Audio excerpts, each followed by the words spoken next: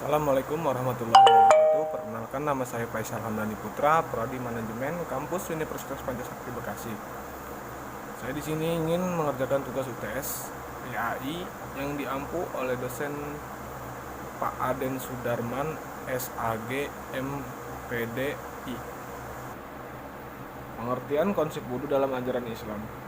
Al-Hafiz Ibnu Hajar Asy-Syafi'i rahimahullah, kata wudu terambil dari kata al-wudu'ah atau kesucian. Wudu disebut demikian karena orang yang sholat membersihkan diri dengannya. Akhirnya ia menjadi orang yang suci. Pengertian secara syariat. Definisi wudu bila ditinjau dari sisi syariat adalah suatu bentuk peribadatan kepada Allah Ta'ala dengan mencuci anggota tubuh tertentu dengan tata cara yang khusus. Disyariatkan wudu ditegaskan berdasarkan 3 macam alasan. Firman Allah dalam surat Al-Maidah ayat 6, artinya, hai orang-orang yang beriman, apabila kamu hendak mengerjakan sholat, maka basuhlah mukamu dan tanganmu sampai dengan siku, dan sapulah kepalamu, dan basuh kakimu sampai dengan kedua mata kaki. Sabda Rasulullah, artinya, Allah tidak menerima salat salah seorang dia nataranmu bila ia berhadas sehingga ia berwudu. Hadis riwayat Al-Bukhari dan Muslim. Ijma, telah terjalin kesepakatan kaum muslim atas disyariatkannya wudu semenjak zaman Rasulullah hingga sekarang ini, sehingga tidak dapat disangka lagi bahwa ia adalah ketentuan yang berasal dari agama. Rukun wudu dalam kitab Fathul Mu'in disebutkan ada 6 hal yang menjadi rukun wudu. Yang pertama, niat fardunya wudu ketika pertama kali membasuh wajah, dan yang kedua membasuh wajah, dan yang ketiga membasuh kedua tangan dari telapak dan lengan sampai siku, dan yang keempat membasuh sebagian kepala, dan yang kelima membasuh kedua kaki beserta kedua mata kaki, dan yang keenam tertib. Dan terdapat perbedaan pendapat ketika menyebutkan rukun wudu. Ada yang menyebutkan 4 saja sebagaimana yang tercantum dalam ayat Quran, namun ada juga yang menambahinya dengan berdasarkan dalil dari sunnah. 4. Rukun menurut Al-Hanafiyah mengatakan bahwa rukun wudu itu hanya ada 4 sebagaimana yang disebutkan dalam Nash Quran. 7.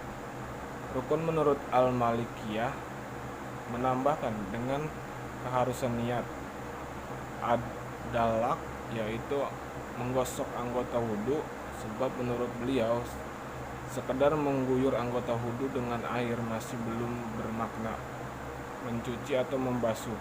Juga beliau menambahkan kewajiban muwalat. Yang keenam, rukun menurut Asy-Syafi'iyah menambahkan dengan niat pembasuhan dan usapan dengan urut. Tidak boleh terbolak-balik. Istilah yang beliau gunakan adalah harus tertib.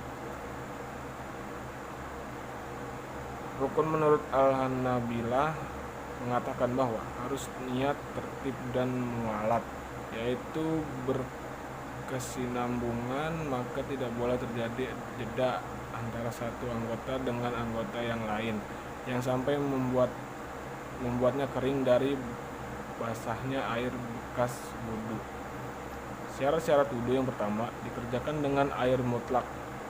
Yang kedua, mengalirkan air di atas anggota yang dibasuh, dan yang ketiga, tidak ada suatu pada anggota yang dapat mengubah air, yaitu perubahan yang merusakkan nama air mutlak itu.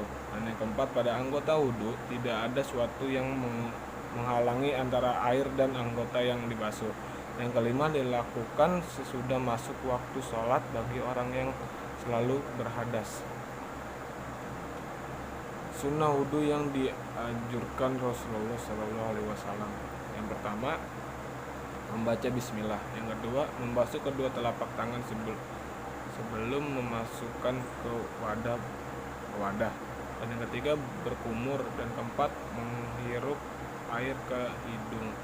Dan yang kelima, mengusap seluruh kepala. Dan yang keenam, mengusap kedua telinga luar dalam dengan air baru. Yang ketujuh, menyisir jenggot tebal dengan jari. Yang ke-8, membasuh sela-sela jari, tangan dan kaki, mendahului bagian kanan baru kemudian kiri. Yang ke-9, menyucikan masing-masing 3 kali. Dan yang ke-10, menghadap kiblat. Yang ke-11, muamalat dalam kurung tidak terputus. Pembasuhan antara satu anggota wudu dengan lainnya harus dilakukan tanpa terputus dalam waktu lama. Adapun batasannya jangan sampai kering sendiri dalam keadaan normal. Hal-hal yang membatalkan wudu. Yang pertama, kencing dan buang air besar. Hal yang membatalkan wudu dan disepakati bersama adalah keluarnya kencing dan tinja dari seseorang. Tentang batalnya wudu karena kencing dan tinja adalah suatu yang sudah sangat diketahui dan disepakati dan sudah jelas, tidak memerlukan dalil untuk menjelaskannya. Yang kedua, madzi dan wadi.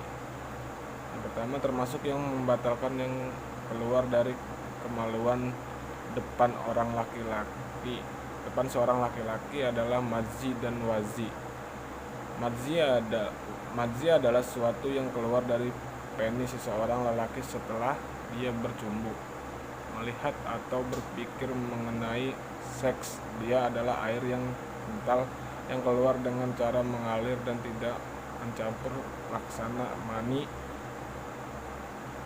Dan yang ketiga, sedangkan wadi adalah air berwarna putih yang keluar setelah buang air kecil. Dan yang keempat, keduanya membatalkan wudu laksana kencing, dan tidak ada kewajiban apa-apa lagi bagi seseorang yang keluar madzi dan wadzi kecuali istinja dan wudu. Ini kelanjutannya. Keluarnya angin dari anus. Dalam riwayat Al-Bukhari dan Muslim disebutkan dari Abu Hurairah bahwa Rasulullah SAW bersabda, artinya Allah tidak menerima sholat salah seorang dia antaramu bila ia berhadas sehingga ia berwudu. Abu Hurairah menafsirkan kata hadas di sini. Ada orang yang bertanya kepadanya, apa yang dimaksud dengan hadas?